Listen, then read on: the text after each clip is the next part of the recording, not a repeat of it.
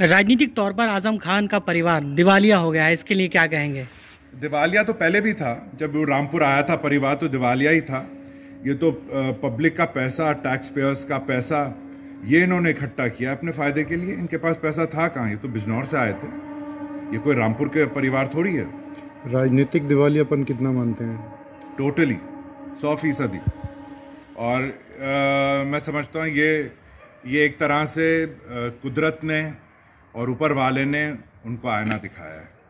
जैसा करोगे वैसा भरोगे। हिटलर का कोई नाम लेवा नहीं है आज, ना इसका होगा। आजम खान की सदस्यता रद्द हुई थी तो आप लोगों ने काफी खुशी मनाई थी, तो आज क्या करने वाले हैं? क्या करने वाले हैं? मैं तो आपको कह रहा हूँ अभी मिठाई मंगाइए, आप मीठा खाएं, मैं मीठा खिलाऊंगा। ये तो अच्छी बात है, ये तो जनता की तरफ से मिठाई खिला। मुझे इसमें देखिए, मैं राजनीति में रहूं या नहीं रहूं, लेकिन सबसे पहले प्राथमिकता है यहाँ के लोगों की। उनको फायदा होना चाहिए, तो उनकी तरफ से मैं आपको मिठाई देता हूँ। ठीक है जी। आज अब्दुल्ला आजम की विधायकी रद्द हुई है और आपके परिवार से भी और आपसे भी 36 का आंकड़ा रहा है उनका। आपने यहाँ तक पहुँचाने में भी काफ़ी प्रयास किए थे, तो क्या कहना है आपका? देखिए, मैं तो पुरानी कहावत पे यकीन करता हूँ। एक कहावत है, घर का भेदी लंका ढाए। तो आजम के अपने बेटे ने उसकी राजनीतिक लंका ढा दी। कोई मुख्यमंत्री, कोई राजनीतिक दल या किसी नेता या किसी बाहर के व्यक्ति के ऊपर इल्ज़ाम डाल ही नहीं सकते। उसके अपने बेटे ने उसके साथ ये किया। आज जो हाल है उस परिवार का, उसके अब्दुल्ला की वजह से है। बेटा जो होता है हमेशा अपने बाप से सीखता है किस लाइन पे चलना है। जब बाप ही उसको गलत रास्ते दिखाएगा या बाप ही जुगाड़ के रास्ते दिखाएगा तो बेटा तो उसी पे चलेगा।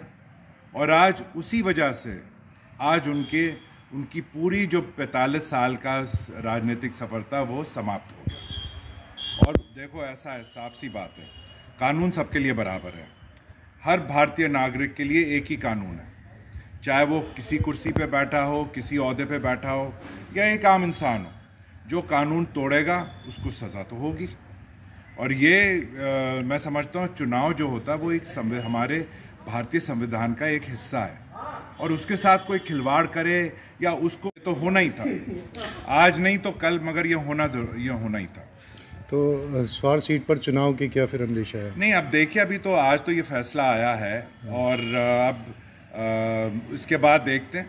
अभी चुनाव आयोग अपना फैसला सुनाएगा कि उपचुनाव कब करना है। उसके बाद जो राजनीतिक दल है, जो अलग विभिन्न राजनीतिक दल है, वो फिर अपनी रणनीति तैयार करेंगे। तो अभी तो आया है ये 1 घंटे पहले।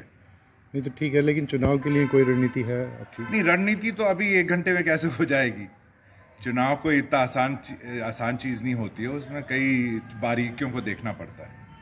आपका मगर हाँ, आपका क्षेत्र रहा है तो मगर मैं यही कहूँगा कि जिस तरीके से वर्तमान में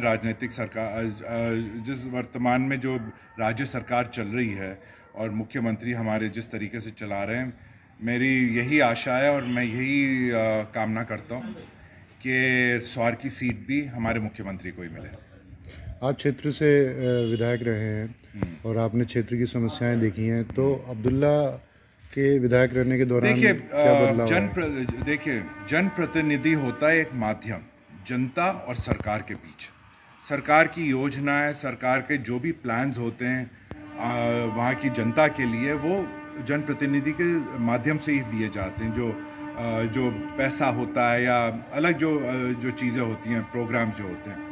और जब जनप्रतिनिधि या जो जनता को रिप्रेजेंट करता है वही निकम्मा और चोर और फ्रॉड हो, तो जनता सबसे ज़्यादा नुकसान तो जनता को ही होगा।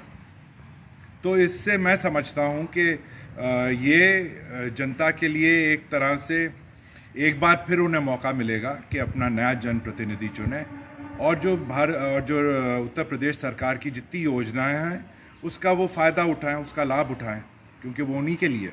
रामपुर बार बार उपचुनाव देख रहा है, इसको लेके क्या? और ये लगातार चलता रहेगा। उपचुनाव का सिलसिला अभी ख़त्म नहीं हुआ है। इस चुनाव के बाद मेरे ख्याल से चमरौवा में भी यही होना है, और अब नगर पालिकाओं के चुनाव तो आ ही गए हैं, उसके बाद चमरौवा में भी होना है। वहाँ का विधायक, उसके ऊपर भी इतने सारे मुकदमे हैं। तो मैं समझता हूँ कि अब समय आ गया है कि रामपुर के लोगों को समझना चाहिए कि साफ छवि के लोगों को वो अपना प्रतिनिधि चुने और ताकि उनको उसका फ़ायदा मिले। राजनीतिक तौर पर आजम खान का परिवार दिवालिया हो गया है, इसके लिए क्या कहेंगे? दिवालिया तो पहले भी था, जब वो रामपुर आया था परिवार तो दिवालिया ही था। ये तो पब्लिक का पैसा, टैक्स पेयर्स का पैसा, ये इन्होंने इकट्ठा किया अपने फ़ायदे के लिए। इनके पास पैसा था कहाँ? ये तो बिजनौर से आए थे, ये कोई रामपुर के परिवार थोड़ी है। राजनीतिक दिवालियापन कितना मानते हैं? टोटली 100%।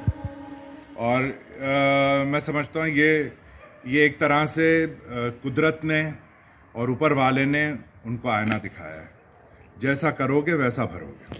हिटलर का कोई नाम लेवा नहीं है आज, ना इसका होगा। आजम खान की सदस्यता रद्द हुई थी तो आप लोगों ने काफी खुशी मनाई थी, तो आज क्या करने वाले हैं? क्या करने वाले हैं? मैं तो आपको कह रहा हूँ अभी मिठाई मंगाइए, आप मीठा खाएं, मैं मीठा खिलाऊंगा।